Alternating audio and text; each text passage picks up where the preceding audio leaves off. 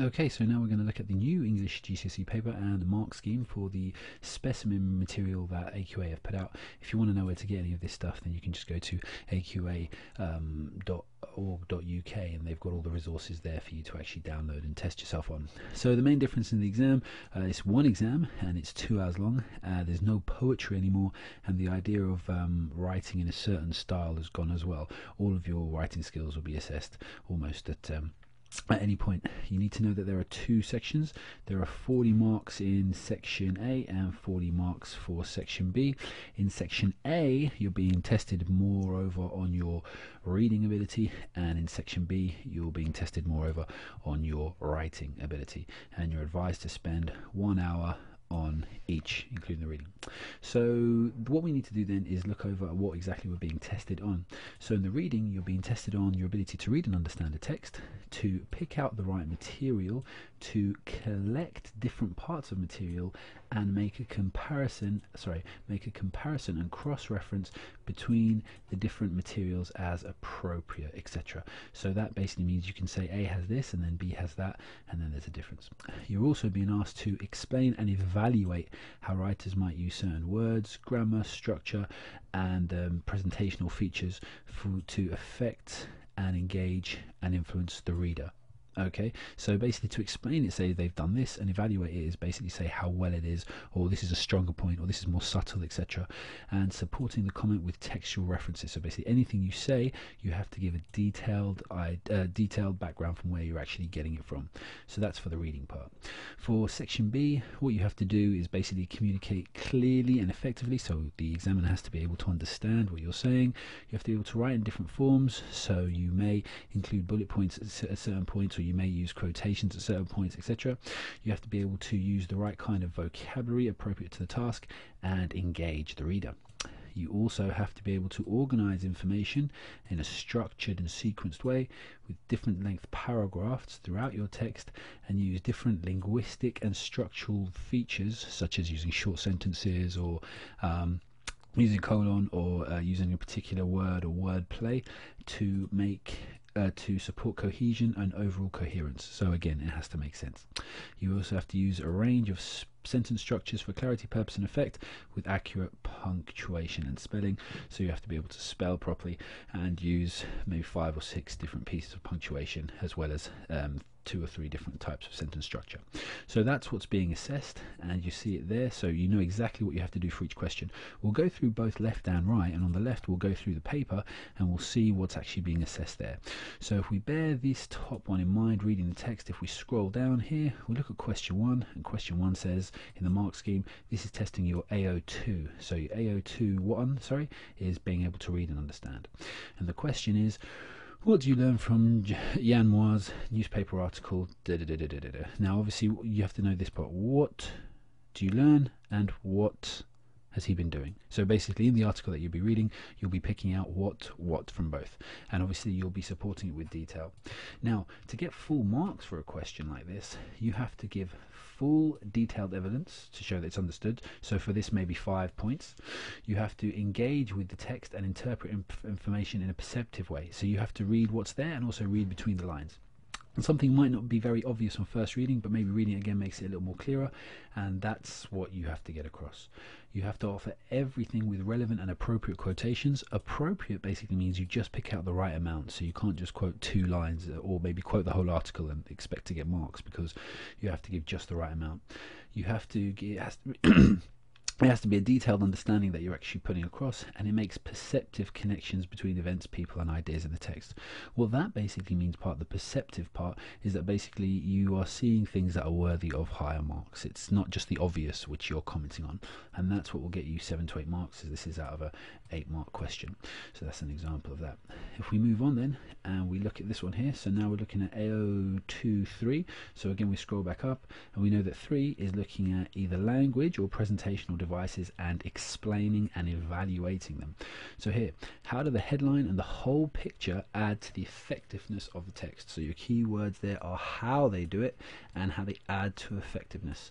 So you're being asked to analyze both these things. So you might on the headline just say the size, where it's placed, the actual wording. With the whole picture you might talk about obviously what the picture is, what the background is, what it gives you a feel for. Okay, so they have to evidence that the headline is fully understood, so you'd have to pick out something from the headline.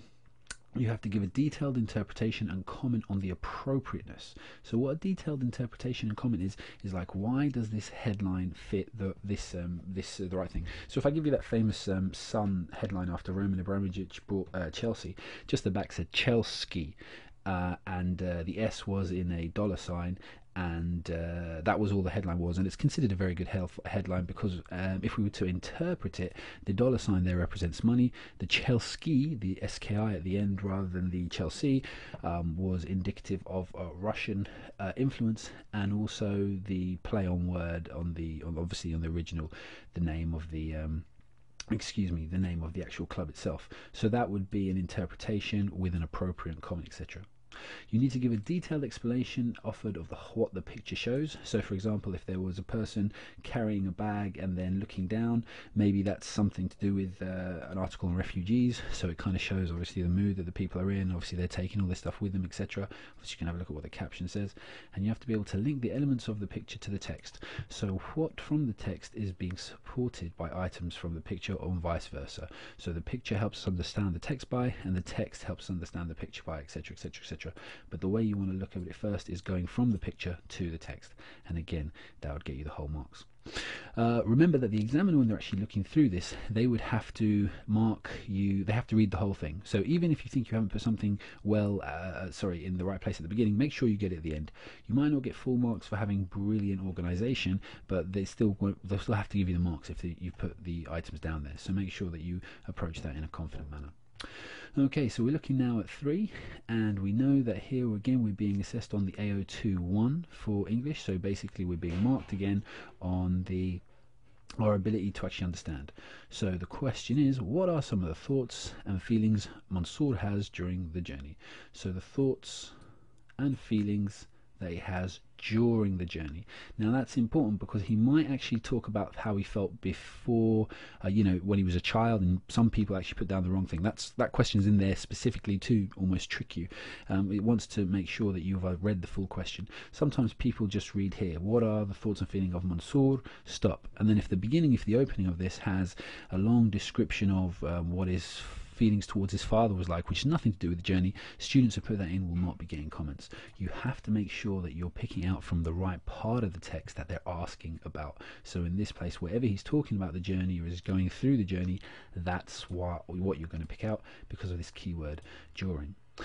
Now, again, so all the items that we actually picked up from earlier are very similar again. So you make a perceptive inference. So basically, if he says my feet were heavy, obviously then you know that he was tired, or maybe he doesn't really want to go on this journey. You show a perceptive engagement with the character, the place and the context. So if he kind of gives you details about how the place feels like barren, that might kind of influence that he feels lonely and out of place, etc.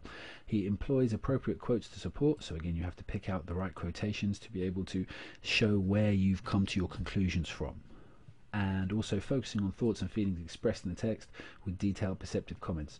So again, you wouldn't just put something very simple like he is sad, he is unhappy. You will put the loss of one of his parents. Just give an example. The loss of one of his parents has really left him feel like he's isolated in the world and there is nowhere one there for him. He perhaps does not see the point of this journey, etc. Obviously I'm just saying this, I haven't read the extract, I'm just using their material just to make this tutorial video, but that's the way you want to go about answering it. So we scroll down a little further, we find question 4, and again when we go across here we see the marks here are actually a lot higher. Now as soon as you know you've got higher marks, you know you're going to be comparing something from one and something from the other. So here, now you need to refer to item 3 and either item 1 or 2, so you have a choice. You're going to compare two texts, and that is really important. Make sure you do compare what they ask you to compare. Don't then compare item 1 and 2 if that was there in front of you. You must use what they've given you. I know it sounds like a silly thing to remind you of, but it is actually very, very important, and some students do not follow that simple instruction. Now, compare the ways in which language is used for effect in the two texts and give some examples and explain what the effects are.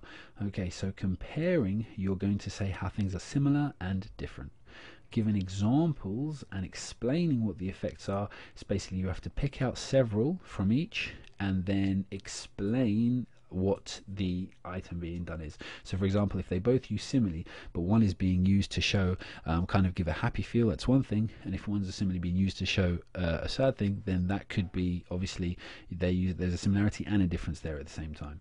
If both of them use really technical vocabulary, then both of them may be very informative as a result. If one of them is very formal, one of them is very informal, then obviously you've got something to compare there. And it's always good to actually look at the kind of the differing look at and pass spec of the kind of thing that they're actually looking for. So basically what's being compared here is the beauty with the devastation. You've also got, again, the comparisons mentioned, how facts and figures are mentioned, and how the use of language is tied to certain people, etc., etc. This is really just your understanding, and there's no way of getting good at this apart from really reading often. Obviously a teacher, and hopefully some of these tutorial videos will be able to give you guidance on the kind of things to write, but the more you read, the more you'll actually have a feel for what writers are trying to convey to you in the first place. So to get full marks in this section, you want to give a detailed interpretation of the content of the text. And so the content there is basically whatever's in there, you actually want to show that you understand it fully and you know what it's meant to mean in the context that it's being put. You want to show as well that there's a detailed and perceptive appreciation, interpretation and analysis. So all that said in a mouthful is just basically your understanding and a deeper look at how the writer has used language to achieve a certain effect. So again, the impact there is on the reader. Why does a word stand out? Why does the use of a certain technique stand out, etc. Offer full relevant quotations and give perceptive comments, again, so you're saying something original, this is for the full marks, and to focus on comparison and cross-referencing between the text throughout the response. So the whole way through, you're talking about item, say, 3 and then 1, 3 and then 1, 1 and then 3, 1 and then 3, 3 and then 1, 1 and then 3, etc. Maybe 5 or 6 points apiece, again, depending on the marks that are actually available to you. It's worth actually just showing you the difference between the top mark that you'd get for this, the AA star down here, and then the U to G category down here. You'd have limited evidence that anything is understood in the first place. You wouldn't have a real appreciation of the effect of the words. Sometimes looking down the bottom as well is really useful because you get to know what not to do, and from there obviously you can make wiser choices in what you do write about. Very few examples are put and there's very little cross-referencing, so make sure that you're giving the examiner more from this section here, and then hopefully when you're complete you will be sitting up in that section there as well. Okay, so this is going to end the tutorial for section A. We'll do another one for section B very soon.